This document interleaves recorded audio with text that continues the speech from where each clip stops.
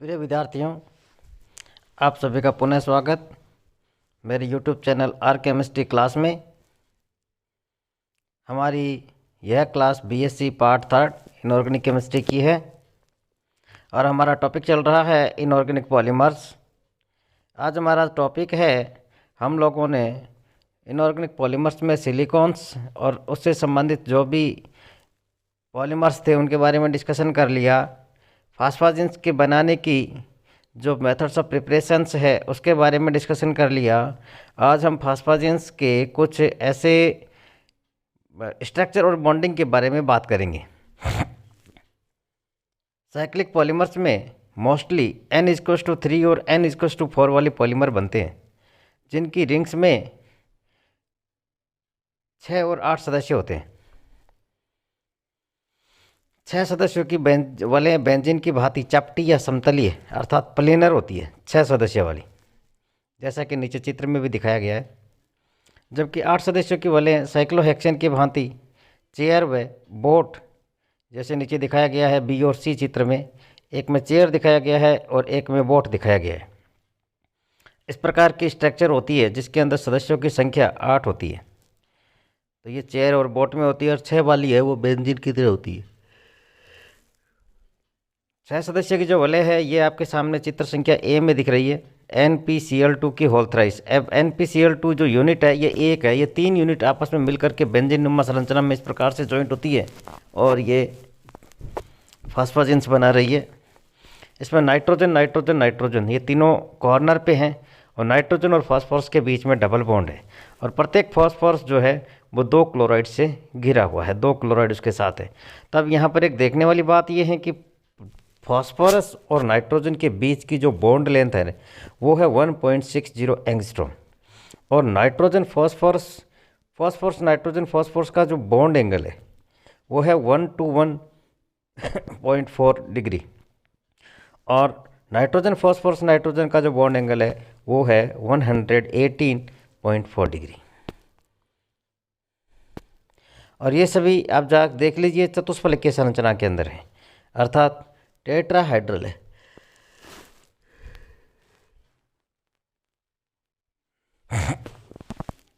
यही सेम जब हम इसके 4 भाग ले लेते हैं NpCl2 के, तो फिर ये है कुर्सी और नौका सरूपण बनाती है, जैसे साइक्लोहेक्सेन में होते हैं।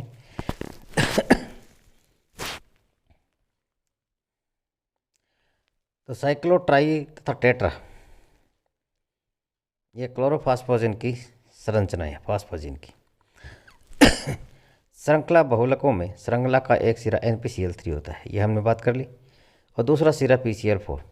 इस प्रकार श्रृंखला में कुल मिलाकर कम से कम 3 परमाणुओं का द्विलक, 5 परमाणुओं का त्रिलक और 7 परमाणुओं का चतुष्फलक बनेंगे। दोनों सिरों के NpCl3 व PCl4 के मध्य में पुनरावर्ती करने वाली इकाइयाँ NpCl2 से होती हैं। अतः श्रृंखला में मोनोमर जुड़ने का अर्थ है श्रृंखला के परमाणुओं की 2 की वृद्धि होना। जैसे P2NCl7 और P3N2Cl9 और P4N3Cl9 Cl11, ये कुछ चेन पॉलीमर्स की स्ट्रक्चर्स है। अब बात करें Pn बंध की प्रकृति। उपरोक्त सभी संरचनाओं को देखने पर हमने क्या देखा कि Pn बंध एकांतर क्रम में क्रमशः एकल विद्युत बंध के रूप में है। ये हमने बात कर ली थी पहले। सहूलियत व संयोजकता के हिसाब से तो ये ठीक है, लेकिन वस्तुतः Pn और P डबल बॉन्ड N बंधों में कोई अंतर नहीं होता, वे सभी समान होते हैं जैसे बेंजीन के अंदर होते हैं। इन बंधों की लंबाई 1.56 से 1.59 एंगस्ट्रॉम के बराबर होती है, जो कि Pn बंध एकल बंध की लंबाई 1.77 से कम है। ये तो बेंजीन वाली सी बात हो रही है। इससे निष्कर्ष निकलता है कि Pn बंध सामान्य एकल बंध तो नहीं है, लेकिन यह संयोगित डाइइनो तथा बेंजीन की भांति डीलोकलाइज्ड द्विबंध भी नहीं हो सकता, क्योंकि फास्फोरस और नाइट्रोजन परमाणुओं में सामान्यतः p बंध की संभावना नहीं है। इसे समझाने के लिए यह सजेस्ट किया गया कि नाइट्रोजन और फास्फोरस के मध्य एक कोऑर्डिनेट बॉन्ड बनता है। नाइट्रोजन के भरे हुए sp2 कक्षक तथा फास्फोरस के रक्त 3dx² y² कक्षक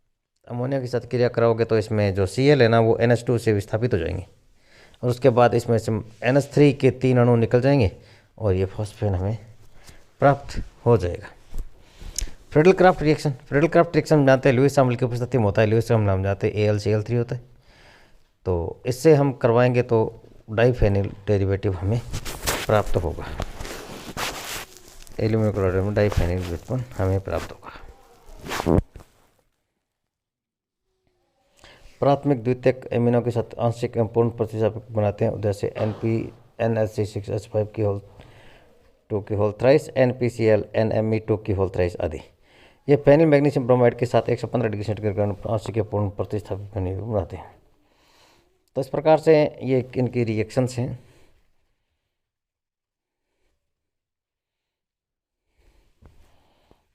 क्षारीय गुण की बात करें हम, इन यौगिकों में अबंधी इलेक्ट्रॉन युग्म नाइट्रोजन परमाणु हम जानते ही हैं। और नाइट्रोजन में जैसे अमोनिया के पास लोन पेयर होता है, तो अमोनिया की प्रकृति क्षारीय होता है, लुईस बेस होता है। तो इसके अंदर भी Np है, तो N है इसका मतलब इसके पास भी लोन पेयर ऑफ इलेक्ट्रॉन हो सकते हैं। तो ये भी इलेक्ट्रॉन युग्म खोने की प्रवृत्ति रखते हैं, इलेक्ट्रॉन युग्म देने की प्रवृत्ति रखते हैं। तो इसकी प्रकृति भी क्षारीय हो सकती है। तो हम कह सकते हैं कि ये भी लुईस अम्ल को इलेक्ट्रॉन युग्म दे सकते हैं। इसके उपरांत ये दुर्बल क्षारीय यौगिक है, जैसे HCl4 के साथ ये 1:1 तथा 1:2 यौगोत्पाद बनाते हैं। SO3 के साथ भी ये यौगोत्पाद बनाते हैं। AlCl के साथ भी यौगोत्पाद बनता है, लेकिन ये माना जाता है कि नाइट्रोजन के इलेक्ट्रॉन युग्म का नहीं वर्ण Cl- आयन की AlCl3 से अंत क्रिया होकर के LCl4- पर बनता है।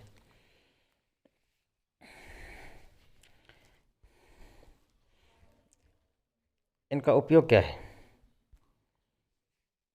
औद्योगिक क्षेत्र में भी ये उपयोग किए जा सकते हैं। कई आणविक सहमति वाले फास्फाजीन दृढ़ प्लास्टिक विस्तृत फॉर्म तथा रेशों के रूप में प्रयोग किए जाते हैं। जल से ये नहीं बिकते, अतः जल सतह होते। ये आग से भी प्रभावित नहीं होते, अतः अग्निशय भी होते। इनके अतिरिक्त ये पेट्रोल, तेल, अलूविला में प्रभावित नहीं होते। कम तापीय रसायनों में ये मुड़ने वाले तथा फ्लेक्सिबल प्लास्टिक भी बनाते, जो कम ताप पर भी अपनी प्रत्यास्थता बनाए रखते हैं।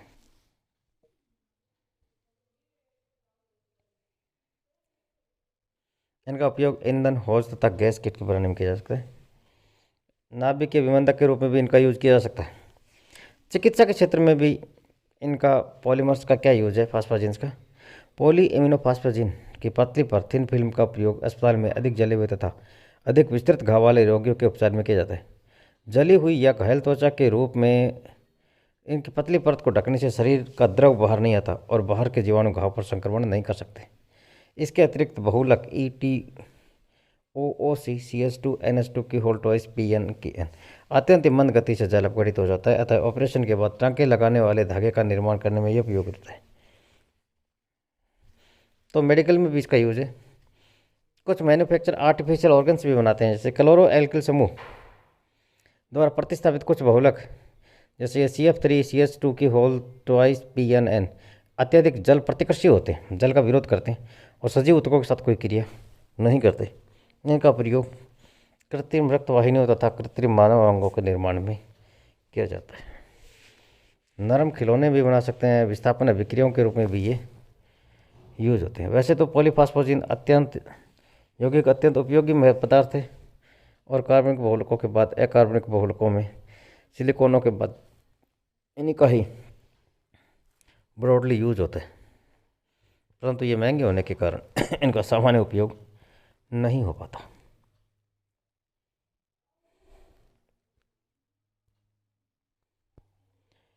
अब देख लीजिए यही बात, बहुलक के कई ऐसे इकाइयों के संयोग से बने होते हैं, वृहद इकाइयाँ हो जाती है, एक लाख आपस में मिल करके बनाते हैं। अकार्बनिक बहुलक हैं। तो ये हमने 2 अकार्बनिक बहुलकों के बारे में डिस्कशन किया है। अब यहाँ पर देख लीजिएगा कुछ क्वेश्चंस भी हैं, हालांकि ये बुक्स के क्वेश्चंस है, फिर भी इसमें से कुछ क्वेश्चंस आप कर लीजिएगा। जैसे पॉलीसिलॉक्सेन क्या है, नंबर 4 क्वेश्चन मैं बता रहा हूँ, वो क्वेश्चन कर लीजिएगा। पॉलीसिलॉक्सेन और सिलिकॉन रबड़ का वल्केनाइजेशन, ये भी एक इम्पॉर्टेंट क्वेश्चन है। और एक ये NPCl2 की होल थ्राइस की संरचना कैसी होती है लिखिए, 13 नंबर क्वेश्चन भी एक इम्पॉर्टेंट क्वेश्चन है। आपको यदि वीडियो में दिखाई नहीं दे तो आप PDF भी देख लीजिएगा, क्योंकि ये स्क्रीन रिकॉर्डर से वीडियो रिकॉर्ड हो रहा है, तो हो सकता है कि क्लियर दिखाई ना दे। तो पीडीएफ के अंदर भी यही सेम मैं पीडीएफ डाल दूँगा। तो एक तो 13 नंबर क्वेश्चन हो गया, एक 10 नंबर क्वेश्चन हो गया, और एक हो गया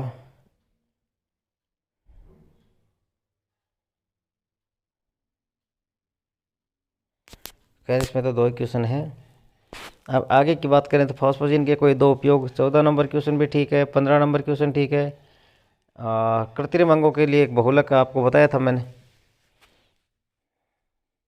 जिसमें ऑपरेशन में टांके वगैरह लगाते हैं, फॉस्फोजिन्स का ही तो है वो। तो 16 नंबर भी ठीक है, 14, 15, 16 है। उसके बाद आगे कुछ और मैं आपको इंपॉर्टेंट क्वेश्चंस के बारे में बताऊं, आप लोग ध्यान रखिएगा। P3N3Cl6 ये वो त्रिलक है ना फॉस्फोजिन्स की, उसकी संरचना को बनाना है। और सातवां तो तैयार करना ही है, 8वें की बात हमने पहले कर ली, एक 10वां भी आपको करना है।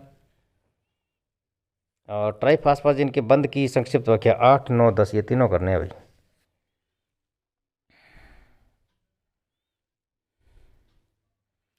टिप्पणी लिखना है तो टिप्पणी के अंदर आपको मैं बताना चाहूँ,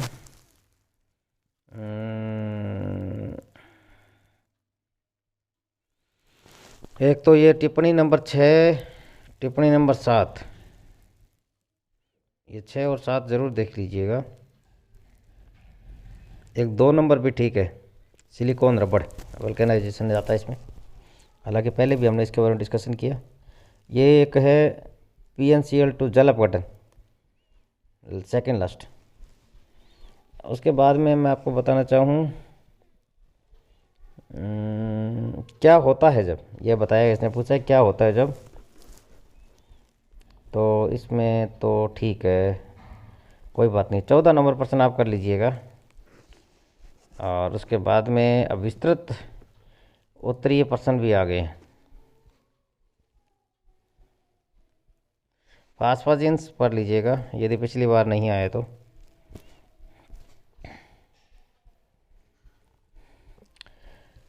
आपका बहुत बहुत धन्यवाद। नोट्स बनाते रहें, पीडीएफ भी देख करके नोट्स बना लें। आज का आपका ये चैप्टर ख़त्म हो गया। अब आपकी एक लास्ट यूनिट बची है जो कि HSAB है, हार्ड सॉफ्ट एसिड बेस। वो भी कोई बहुत बड़ी यूनिट नहीं है, इजी वे के अंदर वो भी हो जाएगी, ज़्यादा टाइम नहीं लगेगा उसमें। पियर्सन थ्योरी है, सहजीवन है, और कुछ सॉफ्ट एसिड और हार्ड एसिड की करेक्टरिस्टिक्स है, और कुछ वो बॉर्डर लाइन कौन से हैं, ये कौन से, उसके बारे में हम डिस्कशन कर लेंगे। बहुत बहुत धन्यवाद आपका।